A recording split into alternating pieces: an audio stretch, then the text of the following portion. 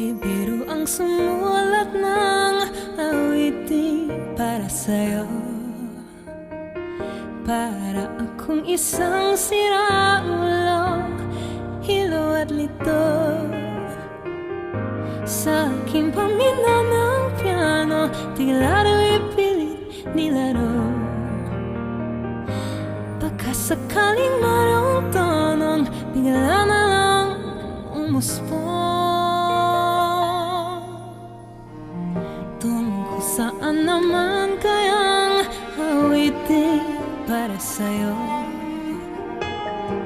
Di biro ang gawing sukat ng titik sa tanong.